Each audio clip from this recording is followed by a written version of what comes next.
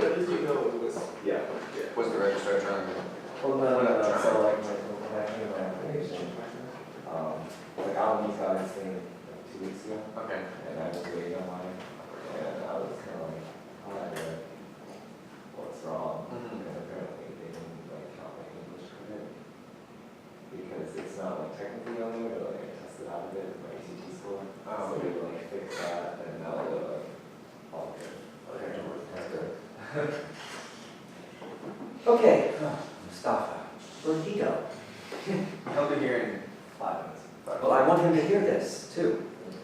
I'll say the first one, because the second one is the one I really wanted to hear. But, bit of good news. Looks like we are going to have a professor for next year to fill in.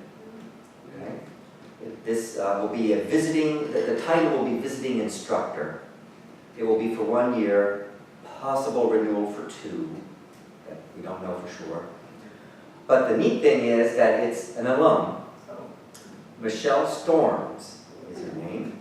She went from here to the University of Washington and got her master's in physics education and had decided to take a pause. Didn't quite know what she wanted to do next. So this happened to be at a time when she was available. And she said, oh, she would love to come back to Wesleyan for a year. So she will be here next year. Well, we haven't got all the papers signed yet, but she has verbally accepted the offer.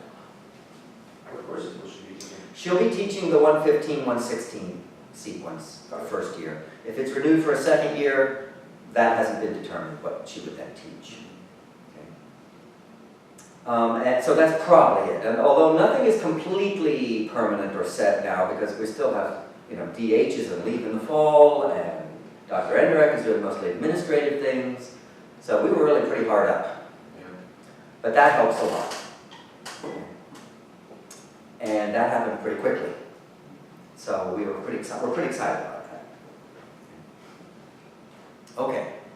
The next thing I want to say is for those of you that are in 498.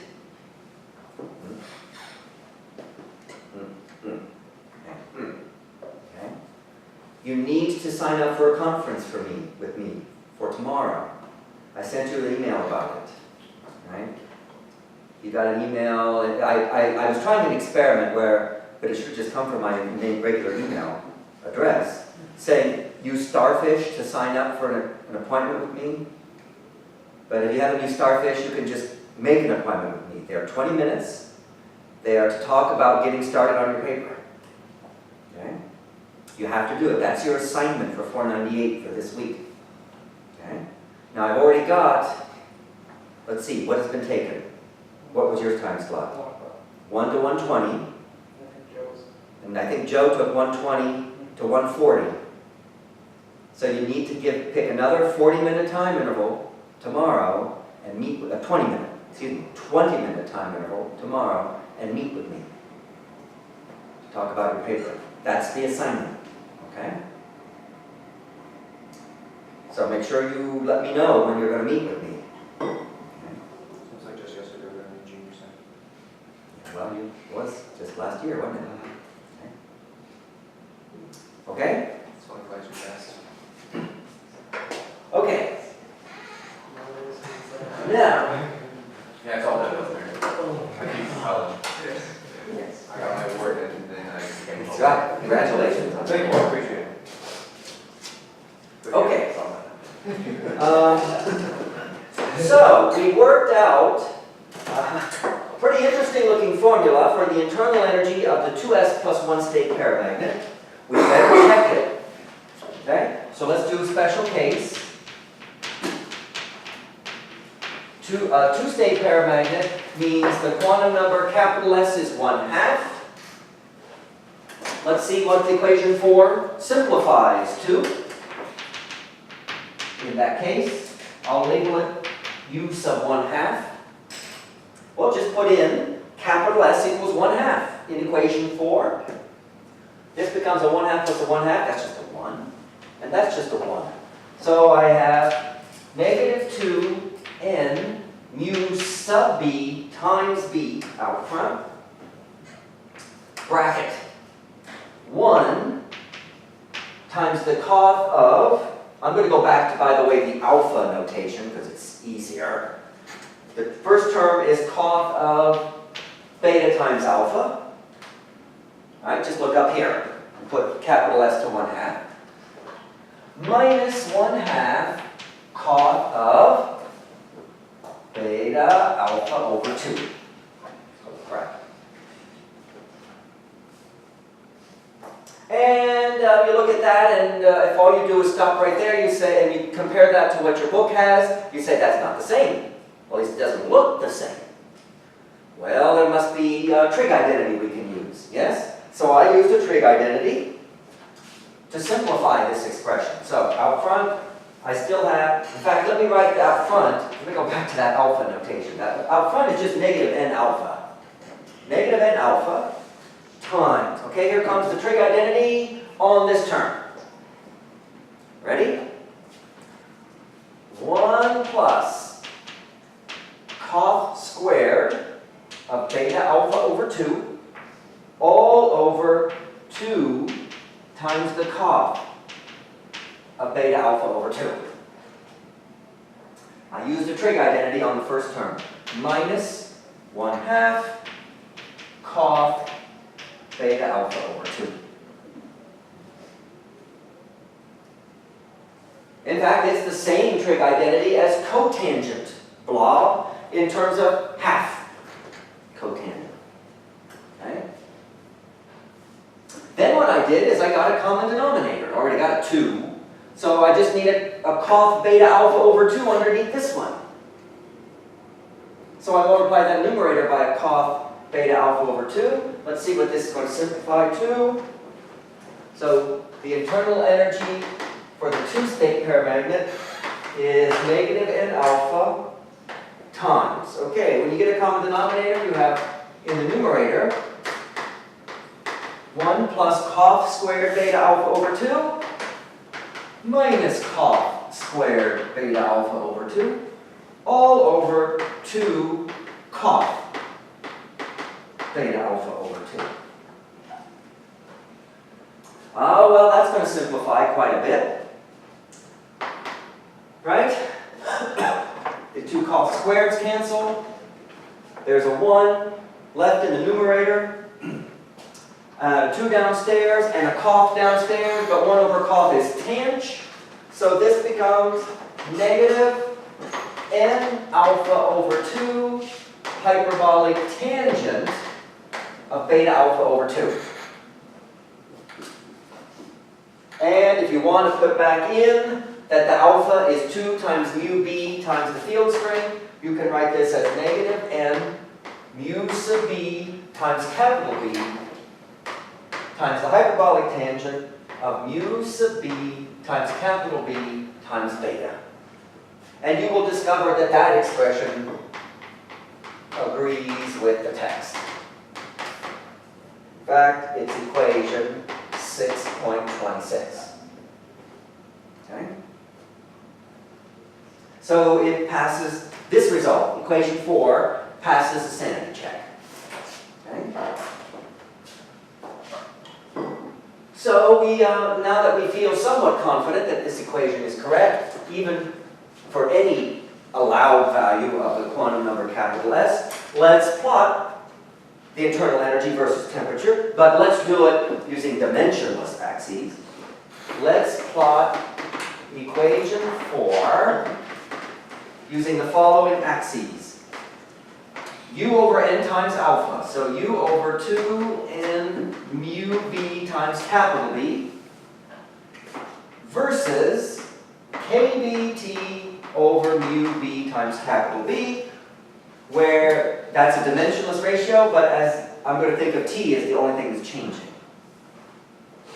And we'll plot it for several different values of the quantum number S. 1/2, 1, and 3/2.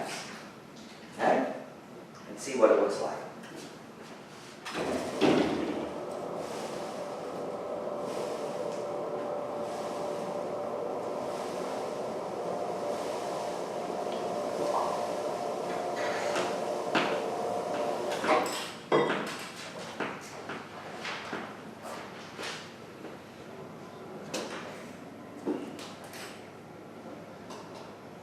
plotted dimensionless internal energy versus dimensionless temperature, starting at 0 at the low end and working our way up. We see that the internal energies are negative. Here we are for S equals 1/2, S equals 1, S equals 3/2. We can see low temperature limiting values, and we see some kind of a trend for high temperature values. So I want to talk a little bit about whether those two temperature extremes make sense. Okay?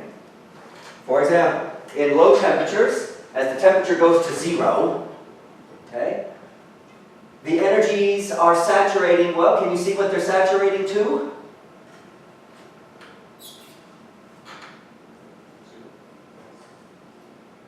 There's S equals 1/2, there's S equals 1, there's S equals 3/2. So what is this quantity becoming as you let the temperature go to 0? S. Negative S, but yes, S, right? Now think about that. Does that make sense? Well, when you approach 0 temperature, which of the energy levels are all the dipoles in? The lowest one, the ground state, okay?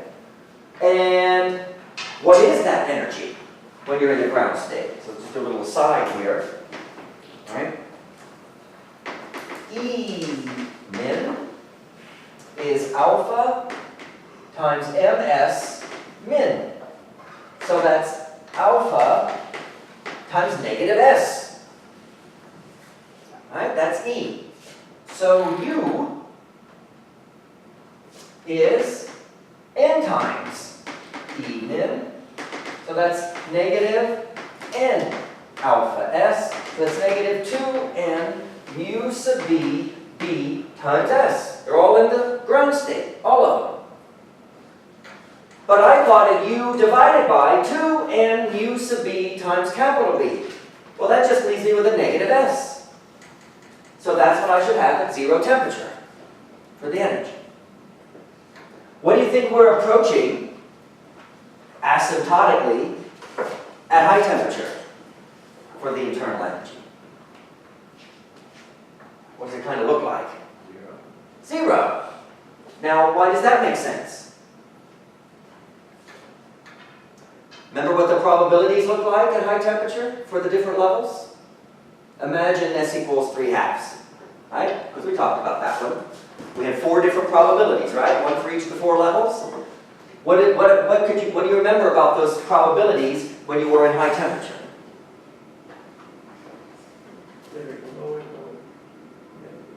Higher states are less roll, right, at higher energies. They all converge. They're all converging to the same value. They're all becoming the same, right? In that case, 0.25.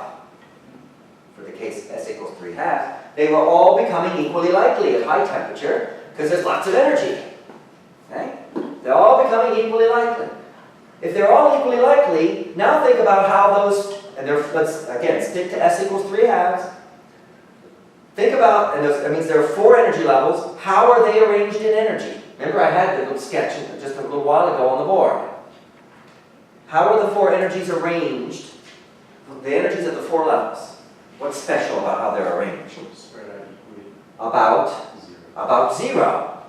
And if they're all equally likely, and the 4 energies are spread equally about 0, what do you expect to get for the average energy? 0. Okay? So, look where they're going. It sure looks like they're going towards 0. Right? You could plot over even higher temperatures, and you can see they sure look like they're asymptotically approaching 0. Okay? Okay, so, because you have to do these plots, because you have to see the result, and you have to ask yourself if it makes sense. Yes? I'm not sure how you got from the expression right there. Well, here I just did a mysterious trig identity. Okay? In fact, it's the same trig identity for cotangent of a blob in terms of cotangent of blob over 2. So a wonderful trig identity that you have to look up. Okay? Okay. Now, the next thing I want to do